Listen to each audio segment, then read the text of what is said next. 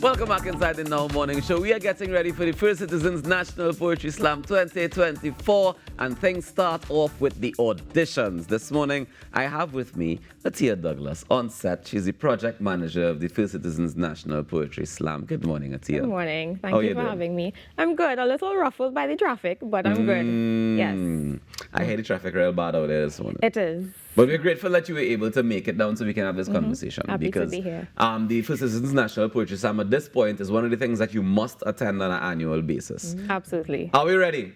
We are ready. We hope the poets are ready. But we are ready. And we are getting ready all the same, yeah. So tell me about the auditions. When are we kicking things off? All right, so the auditions are happening on February 17th. That's where we start off in San Fernando. And then we come back to Port of Spain on February 18th. And then we're heading to Tobago. We haven't had live auditions in Tobago for a while, so we're heading to Tobago on February 25th. And it's all live auditions this time around? It's all live auditions, yes. No live streaming, but if the public would like to attend, they are free to do so. Quite literally, for free? For free. Oh, nice. Hello? Yes. Just making certain. For free. The type of talent that is produced out of these, auditions and ultimately the competition is really worth every penny that you would possibly spend. Yep. So I had to ask to make the distinction. But in terms of coming to the auditions, tell us what do we need, besides a piece, of course, to prepare? Sure. So your poem has to be no more than 4 minutes.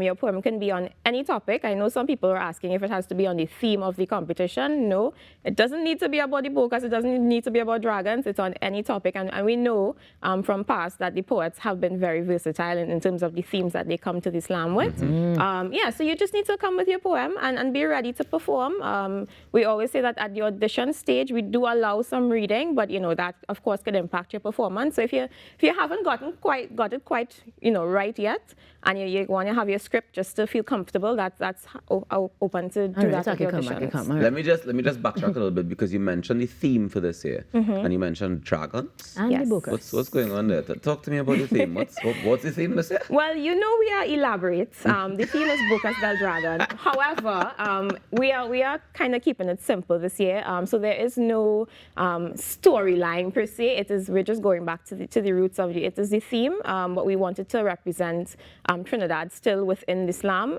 So we're going down the islands, and we've added some dragons into the mix, which represents the fire and the energy that the poets are coming to the stage with. We're keeping it simple, but at the same time, we're staying on standard. Simple, So the theme is enter the dragon's mouth. Enter the dragon's mouth, yes. And that makes sense for the bokas. Yes, correct. All right, fantastic. I realize the auditions this year are all in libraries. Is that purposely done, and why? Well, yes. So, of course, we know that national libraries are the literary capitals of any country, hopefully. And it has been the home of the Bokas Lit Fest that we know happens in April annually. So, in fact, we've actually had National Poetry Slam auditions at the Bokas, at the Nalis Library, in the past. And we've changed the format over the last few years because, for two reasons, really. We wanted to go where people were. Right. So, we expanded our reach to North, East, South Tobago. And the second reason being that we wanted to collaborate with the arts community. So we switched up the format for a few years. But we're going back to the national libraries now. So and bring everybody with you. And bringing everybody with us. So as I mentioned before, we're going to kick it off on February 17th at the San Fernando Library. Then we're coming back to Port of Spain at Nalis and Port of Spain here on the 18th, and then we're heading to the Tobago Library in Scarborough. How many spots are available for registration? Is there a limited amount? It is a limited amount because we have time slots for each audition. So I think we have roughly just about under 100 spots. In total, or per audition?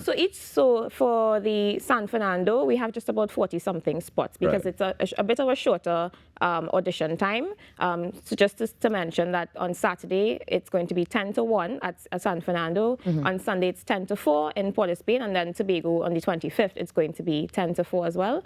So we have about 64 spots in Port of Spain and Scarborough, and just about 42 spots in San Fernando. So maybe that's more than 100. My maths is not mathsing. Okay. That's almost 200. You're good with the words. You're good with your words, not the numbers. That's fine. We were okay with that. Yeah, maths is never the strong point. I was about to ask you then a little bit of the rubric as to what they're going to be judged on, but I don't know if that's under your purview as well. Just to give them a little insight as to what direction they may want to take with their pieces. Yeah, so the rubric is open to the public, so that's no problem. They are judged on things like, their stage presence, their use of literary devices, how they're able to connect their themes and continue the storyline throughout. And those are just a few. So yeah, it's about 6 different judging criteria that the judges do have. So it's not something, it's not a fly-by-night. It's not how I feel about this poet and that kind of thing. It is fair as much as we can make it. All right. Well, joining us also via Zoom, we have Alet Liz Williams. She is working on the project as well, but she represents the marketing and media department of the Bocas Lit Fest. Good morning, Alet. Good morning. Good morning. I know you have the traffic problem as well. Everybody's suffering from it this morning. But we thank you so much for still being able to join us here via Zoom. Yeah? Yeah. Yes. Alet, how was registration going so far for the auditions? Well, you wouldn't believe, as soon as we opened the registration, we literally had like an influx within a couple of days. I think now we're halfway through capacity for Port of Spain. Nice. San Fernando is filling up, and we're ready to receive for Tobago, because we're also holding an auditions in person in Tobago. So, and we're not even close to the actual audition. So I foresee that we'll be topped up. All right. If people still want to get in on the auditions, how can they? Well, on Bocas Lit Fest social media, that's at bocaslitfest.com, and the First Citizens National Poetry Slam digital platforms, that's at National Slam TT. Anyone can go on. They'll see the nice little dragon picture. They'll see the dates. They'll see the links that they can click on, and it's an online registration. We're not accepting registrations any other way because there is a booking system. And as soon as they go in, they just choose their time slots and then get to preparing, because it's going to be fire. Fire from the dragon's mouth. Makes sense. Yes, ma'am.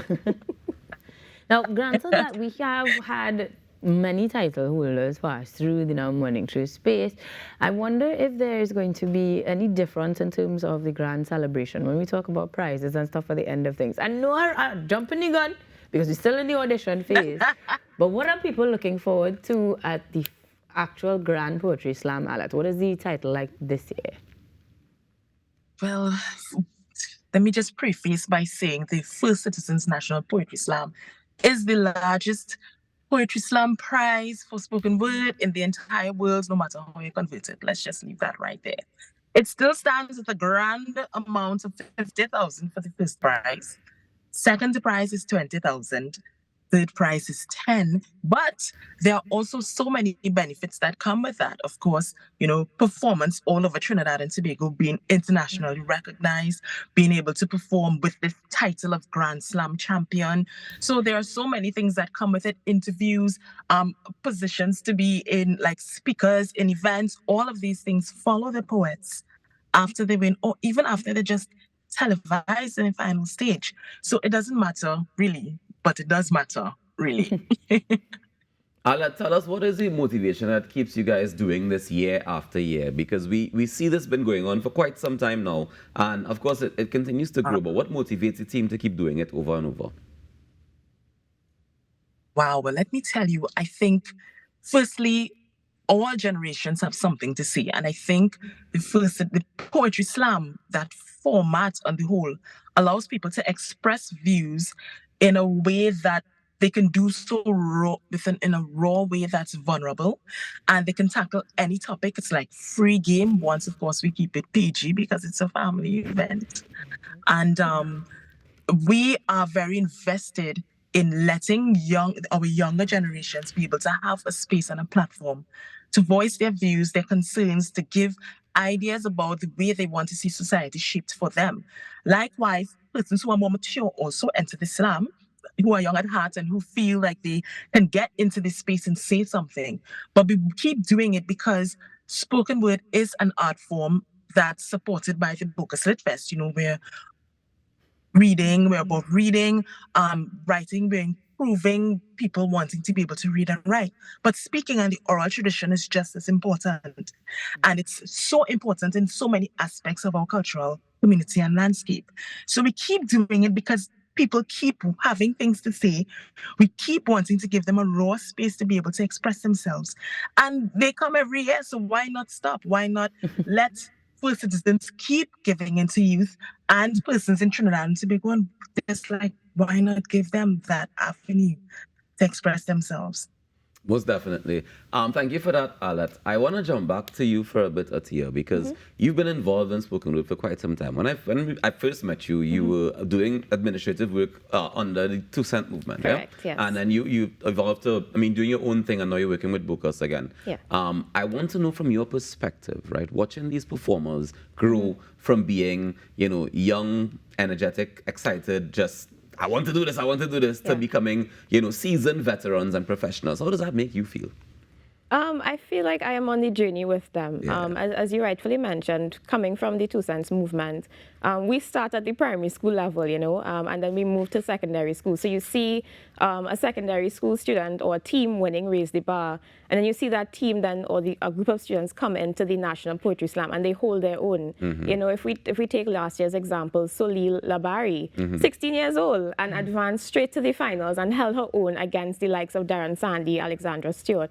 So it's really a remarkable thing to see. As Alet said, they have things to say, and it's really important for us to continue to cultivate those spaces that they can come into and feel safe and comfortable to be able to say those things, And what's interesting is if you could come in and feel comfortable even after you get cancelled, because the last year's winner had a rough battle before, I know. and then still was able to come out and win over every single body. So it means that there's always redemption. Absolutely. I love that for us. Yes, you don't give it to him, clearly. I'm my brethren. I can say that. I'm my brethren. Solil was a good example as well, because she also went on to be one of the feature performers in the Girls First for First Correct. Citizens, which shows that, which Alet alluded to, that longevity beyond the poetry competition itself.